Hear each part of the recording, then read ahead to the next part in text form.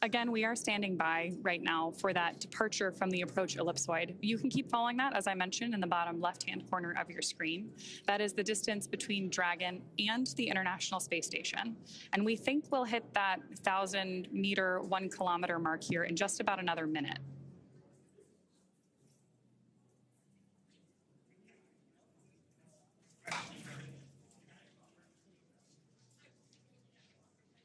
If you were with us earlier in the broadcast, you know that we had great views of Dragon as it left the International Space Station. But now that we've moved away from it and we are on the darker side of the Earth, our views have gone offline for now. Obviously, we're still in touch with our astronauts, and we'll bring those images back to you either later in this broadcast or when we pick it up later this evening to follow splashdown and recovery of our Crew-11 astronauts.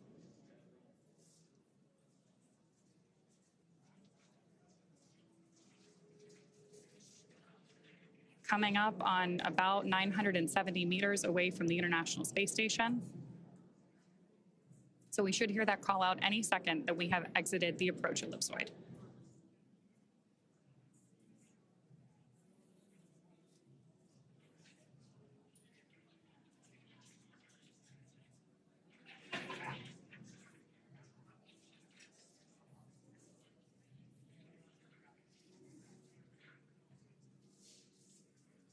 Tracking 1 kilometer on your screen right there.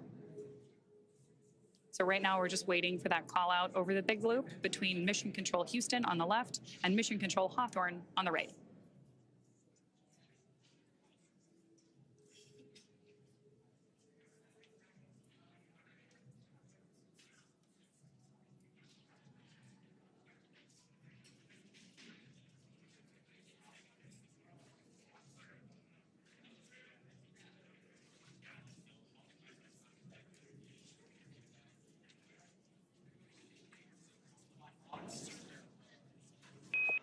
Dragon SpaceX on the big loop. Dragon has exited the approach ellipsoid and is on a safe free drift trajectory. Houston will be taking down the big loop shortly. Expect ISS audio traffic to cease. Following final comms, request swap of audio destination to Dragon to ground. Post swap, contact ground on Dragon to ground via the cabin mic for a comm check. Dragon copies, in work.